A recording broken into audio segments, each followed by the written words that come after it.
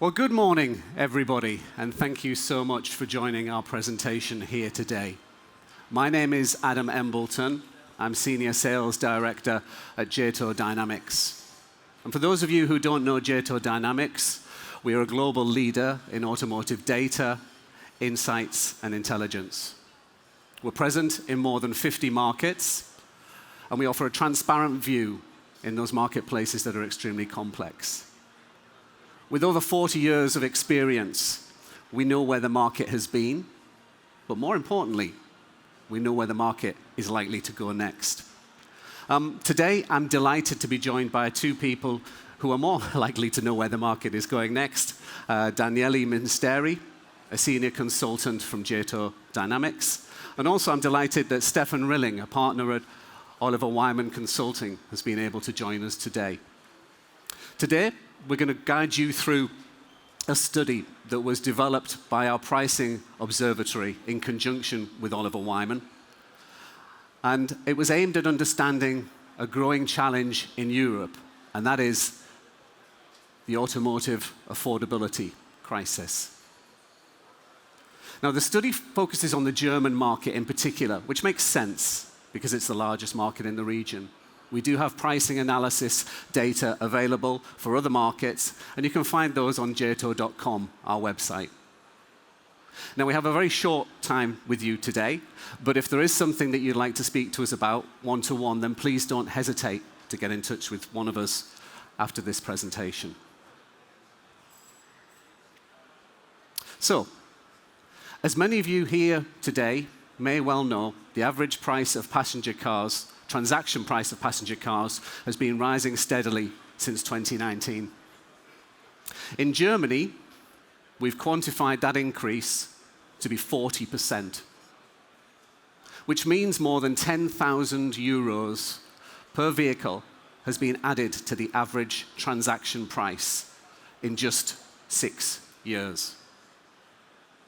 Now, at the same time, during this same period, sales volumes have dropped 22%.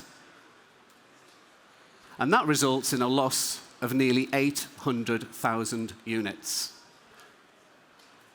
However, what's particularly interesting is when you multiply the numbers, the total revenue generated has actually increased, despite those lower volumes.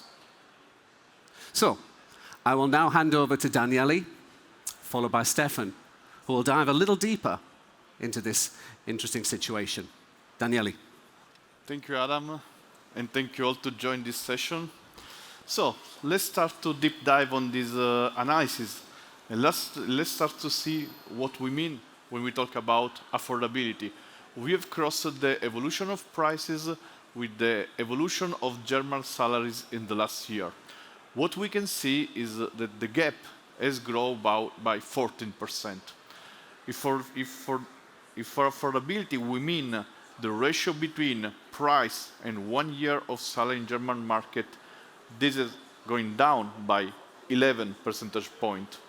What does it mean? It means that if in 2019 a customer could have purchased a T-Roc with 1 year of salary, in 2024, it could have purchased a Skoda Kamiq with the same amount of money. Now, let's give a look deeper. We have tried to analyze and identify what there is behind this almost 40% price increase in a few years. The first effect we have isolated is the model mix and the launch of new model. That is almost neutral. What does it mean? It means that the customer is purchasing a vehicle of the same categories, of the same segment, despite it costs more. So where is the price increase? The price increase is mostly on the powertrain mix that weighed almost 44% of the overall price increase. This means that this path of electrification and hybridization is increasing the car or the price of the average price of a vehicle of almost 17%. And this is also shrinking the margin from the OEM. We have seen before that the revenue are growing, but also the costs are growing due to the electrification of vehicles. So at the end, the OEMs are suffering and margin increases due to that. And then we have the poor price increase that represent almost 50% of the overall price increase.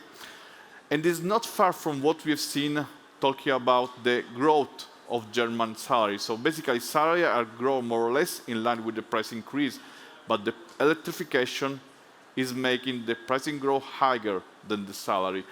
This transition to electric is not only a transition evolution, it's also an economic change in the car affordability for customers. We focused on this gap between IC and the extreme of electrified vehicle, the pure electric vehicle. And we have checked how the gap between IC and BV has grown in the German market in these years. As we can see, the gap is almost stable. We are around 35%. It means that the average gap, the average price between the vehicle, the average gap between the vehicle is still around 10,000 euro. So BV vehicles are quite far in terms of volume to reach IC vehicle. This is a very different effect for what we observe in other regions. In China, this gap is going down by almost 15 points. IC vehicle and BV vehicle are almost at the same level of price in China. Even in US, where BV is not so much a focus nowadays, BV price is going down by 10%. The gap between BV and AC is going down by almost 10%. So the parity between IC and BV is still far in Europe, and this is an issue for the electrification part of Europe. And on top is also opening opportunity for newcomers, for Chinese, that in their market have already reached this parity. Let's make a step back in our analysis and let's go to look the wide price evolution. We checked also the evolution by price band. That is what we have in this chart. As we can expect, the lower price band has shrunk in terms of volumes, is where we have the main loss. This is mostly due by the increase of prices and by the fact that some entry volume has gone out of production due to the higher cost to keep them compliant in terms of safety features. What is also interesting is that we see an opposite effect in the higher price band. The price band above 50,000 euro is even growing. This means that we have a polarization of the market between customers that have been cut off of the market because they cannot afford anymore a car, and customers that are capable and that could pay and that want to pay more to have a different product, an electrified or a premium product. At the end, the balance of this, as we have seen, is negative with minus 800,000 products. Let's give a look at this polarization for a different perspective. We checked the evolution by brand positioning, classified the brand in premium, like the BBA, Volvo, and some other premium brand. Mainstream, where we have Volkswagen, Peugeot, Citroën, and all the mainstream brand. And then value for money, MG, Skoda, and Dacia for sure. It's interesting that we see that the price increase in this year, the pricing growth in this year is almost always at the same level. But the volumes effect is very different. Mainstream are suffering more with minus 32%, while premium are losing volume but just 16%, and value for money brand are even growing in terms of volumes. There is an interesting effect if we didn't dive on the value for money on the Dacia Sandero. Dacia Sandero has increased average price, has growth in terms of average price by almost 40%. A growth also in terms of volume by almost 20%. What does it mean? There is a customer that is looking for value for money, reliable product, and this segment is growing. There is an interest on this segment. This is stressing what we were saying before about polarization. We have a customer that is looking the car as a commodity, something to move from A to B, and is looking for something that has a good price, good content, and good reliability. And a customer that is still looking for the car as a status symbol, for a premium product that give him the brands on the hood of the car. The mainstream is what is suffering more, what is struggling more to sustain is their price positioning. Now, this is just an analysis, but we also try to make a step forward to give some hint to the OEM how they can face and how they can survive to this affordability crisis. So I will let the word to Steffen Rilling for Oliver Wyman to guide you through this part. Thank you. Great, thank you, Simeone, Daniele. So there are actions and measures that OEMs and dealers can take to cope with this affordability crisis and increase volumes and margins again. Just as a small disclaimer, obviously product cost down is always a measure, but this was not in scope of the pricing and product structure study that we conducted here. So let's get to the first pillar that OEMs and dealers can do. So first, about the product portfolio. So it might make sense to re-enter more affordable price bands with the model mix, as Daniele just said. It might be relevant to consider base versions again, for example, with lower entry bands, some budget-friendly vehicle lines, or for instance, explore new innovative vehicle concepts such as large and affordable. Not only larger means more expensive. And then there are also some new innovative vehicle concepts such as quadricycles or K-cars that can be considered for the OEMs, for instance. And then, we actually see quite a few Chinese competitors entering these lower price bands at the moment in Europe and positioning themselves here. And then there's a second pillar about the offer structure. So offering more price differentiation in the market. For instance, SUVs for a broader customer spectrum, offering some trim lines such as Pure, Pro, Premium, optimizing the packaging of options to really differentiate the price, increase margins, but also consider the complexity management.